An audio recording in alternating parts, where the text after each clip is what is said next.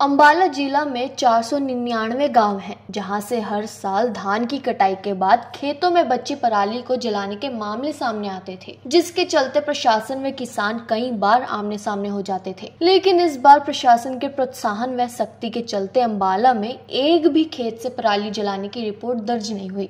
हालांकि एक मामला सैटेलाइट से भेजा गया था, जिसे चेक किया गया तो वहां खेत में आग रिपोर्ट नहीं हुई। कृषि विभाग का कहना है इस बार 639 लोगों की अलग अलग टीमें मैदान में थी, जिन्होंने सख्ती व जागरूकता दोनों पर काम किया, जिसके चलते एक भी मामला खेत में आग का रिपोर्ट नहीं हुआ। उन्होंने बताया पिछले साल 75 मामले अब तक दर्ज हुए थे, लेकिन इस बार किसानों ने प्रशासन को पूरा सहयोग किया है। उन्होंने बताया किसानों को पराली प्रबंधन के लिए कृषि विभाग की तरफ से हर एकड़ पर 1200 रुपए प्रोत्साहन के रूप में दिए जाएंगे।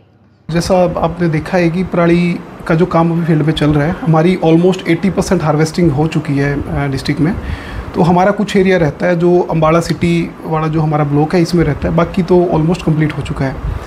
तो पराली प्रबंधन के लिए जी हमने टीमें बढ़ाई गई हैं। हमारी 639 फील्ड फंक्शनरीज हैं, उनकी टीम है। और जैसे हमारे पास अम्बाला में 499 गाँव हैं, तो उस हिसाब से हमने टीमों को डिस्ट्रीब्यूट कर रखा है। जो सेंसिटिव गांव हैं हमारे, जैसे जो येलो जोन के अंदर आते हैं, रेड जोन में अम्बाला का कोई भी गांव नहीं है। पिछली बार एक गांव था पर अब की बार रेड जोन में नहीं है। हमारे 19 गांव हैं वो येलो जोन में आते हैं। तो जो येलो जोन वाले गांव हैं उनके अंदर 50 फार्मर पे एक हमारा स्टाफ मेंबर है, और जो नॉर्मल गांव हैं जो ग्रीन जोन वाले हैं उस पर 100 फार्मर पे एक बंदा है।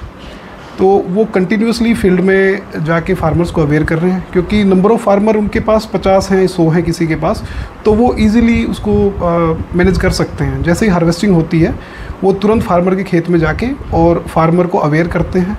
और उस अवेयरनेस का फ़र्क ये पड़ा है जी, अब की बार हमारी जो इंसिडेंट हैं क्रॉप रेजिड्यू बर्निंग की, पिछली बार आज की डेट तक हमारी 28 अक्टूबर तक जो हमारे इंसिडेंट थे वो 75 के आसपास थे।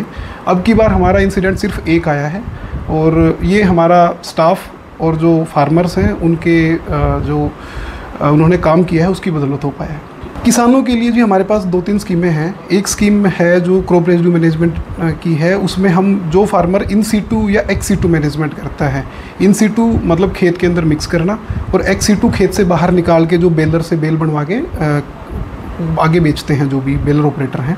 तो दोनों स्कीम में अगर फार्मर करता है क्रॉप रेजिड्यू को मैनेज, तो 1200 रुपये प्रति एकड़ के हिसाब से उसको हरियाणा सरकार देती है। और इसी के साथ जो क्रॉप रेजिड्यू को मैनेज करने की मशीनें हैं, चाहे वो इन सीटू की हों चाहे वो एक्स सीटू की हों, उन पे हरियाणा सरकार द्वारा 50% जो है हमारी सब्सिडी दी जा रही है। नहीं, अभी तक हमारी जो एक फायर रिपोर्ट हुई है जंधेड़ी गाँव में, और उस फायर में हमें जो भी हमारा लोकेशन थी, जो भी कोऑर्डिनेट से, उस पे कोई फायर इंसिडेंट हमें मिला नहीं है। तो अभी तक हमने कोई एक्शन लिया नहीं है। जहां कृषि विभाग इसे अपनी उपलब्धि मान रहा है, वही किसान इसमें खुद का नुकसान बता रहे हैं। किसानों का कहना है कि वह मानते हैं इसे पॉल्यूशन होता है, लेकिन किसान को इसका काफी नुकसान है। खर्च और मेहनत दोनों ज्यादा होते हैं। सुपर सीडर से बिजाई के कारण गेहूं की फसल में कीड़ा लग जाता है, जिससे उन्हें काफी नुकसान होता है। किसानों ने कहा उन्हें इस बार पहले ही मौसम से काफी नुकसान हुआ है, ऊपर से प्रशासन ने सख्ती बरती, जिसके चलते उन्हें मजबूरी में पराली में आग नहीं लगाई। उन्हें 1200 रुपए देने की बात जो पराली प्रबंधन के लिए की जा रही है वो इन्हें नहीं मिले, और अगर मिलते भी हैं तो वो नाकाफी हैं। उनका खर्च इससे कई गुना ज्यादा है। सर, हमने सुपर सीडर से बिजाई करी है, सारी पराली को आग नहीं लगाई अब की बार। कारण क्या सर, मजबूरी है, गवर्नमेंट की सख्ताई ज्यादा है, खर्चा तो बहुत होया। आपके सामने चारा देख लो कितने उसमें चारा स्लो में, इसमें खर्चा ज़्यादा आ रहा है, इसके ऊपर तेल का खर्चा ज़्यादा, डीजल का खर्चा, मुश्किल तो बहुत हो रही है सर। अगर हमें लाइनों में आग लगाने देते ना गवर्नमेंट, तो फिर कोई दिक्कत नहीं है। ये फन्ने तो कट जाते हैं, जो तड़ा फूस है ना ये नहीं दबता है, इसमें प्रॉब्लम आ है। अब ये बिजाई तो कर दी हमने, जब इसे पानी देंगे ना इसके नीचे कीड़ा पैदा होगा, तो वो गेहूँ को जो उगेगी उसको ख़त्म कर देगा। नुकसान तो है ही है सर, वो तो आप आके देख लेना। फिर जब कणक उग जाएगी ना उसके बाद आके देखना सर। अपने सारी में एक लाल सी सुंडी होती है, वो नुकसान करती है, वो सारा पेड़ा खा जाती है। फिर इसमें ये नुकसान है। अगर ये फूस ना हो फिर कोई दिक्कत नहीं है, फाने तो चल जाते हैं, ये फूस नहीं चलने देता।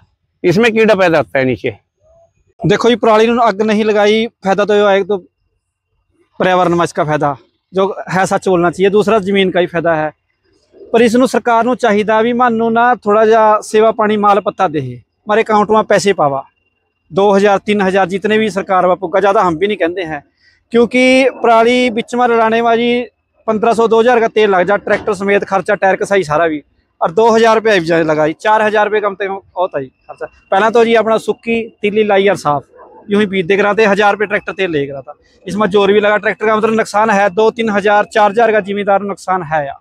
ये जिस मान लो 10 किले आ जी, ये ला लियो था 10 किले बाद 4 नु कर लियो जी, कितने हो गए 40,000 का नुकसान है। पराला 1200 तो बहुत घट है जी। सैनी तई जो वीडियो जहाँ हथ बन का बेनती आ, थोड़े से बधाओ डबल कर दो, हौसला सा हो जा जिमीदारा। हाँ जी हाँ, नुकसान ज़्यादा है, फायदा कम है। नुकसान ये है कि इससे सभी तरह की बीमारियां पैदा होती हैं, क्योंकि जैसे जैसे गलेगा ज्यों ज्यों कीड़ा चूहा हर चीज़ इसके पर आएगी, ठीक है ना। दूसरा जितना ये कीड़ा है, इसको सुंडी है, वो भी इसमें छिप जाती है अगर, ये नुकसान है इसका, बहुत ज़्यादा नुकसान है। इसीलिए इसका सब लोगों ने बड़ी मार खाई है। मेरे पास 18 कनाल वाहन है, जिसमें से सिर्फ 7 क्विंटल तो गिरी निकला है। बताओ मैं उसका किस चीज़ का किराया दूँ? लेबर भी नहीं, 2000 रुपये जो है कटाई के लिए तो मशीन लेती है, 2000 रुपये बाही के लेते हैं, ठीक है जी। बाकी लेबर जो पराली निकलवाते हैं बाहर तो 700-800 रुपया वो मजदूर वो लेते हैं। इसमें बहुत ज़्यादा नुकसान है पराली के लिए। हाँ जी, 1200 रुपये दे रहे हैं आपको पराली, कहाँ दे रही? कुछ भी नहीं दिया जी, हमारे को तो आता है, एक ने पैसा किसी चीज़ का दिया ही नहीं, एक भी जिम्मेदार हमारे गाँव में किसी को नहीं मिला जी। हम कभी